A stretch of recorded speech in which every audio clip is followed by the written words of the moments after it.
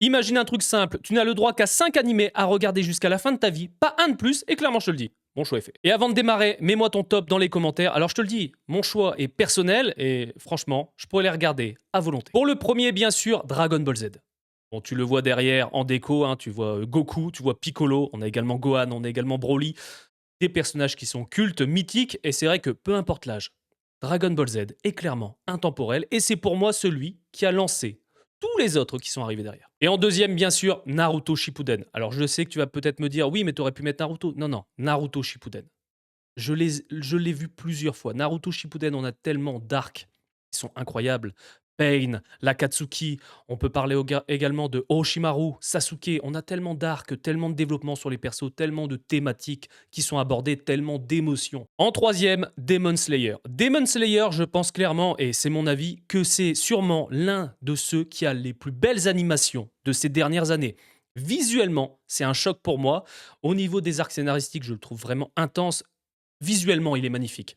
Au niveau de l'histoire, c'est peut-être pas le meilleur à mon sens, mais c'est vrai que visuellement, il te met une claque. Et on peut parler notamment de la dernière saison qui était. Mais le combat final était énorme. Et les films, le premier film qui est sorti au cinéma, mais pour moi, il est magnifique. En quatrième, GTO.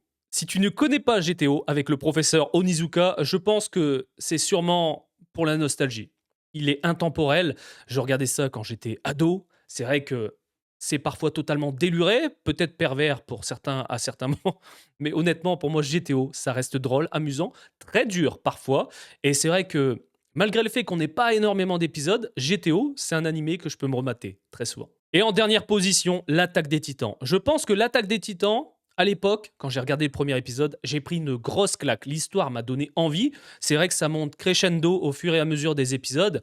Et au niveau animation, c'est vraiment visuellement très très beau.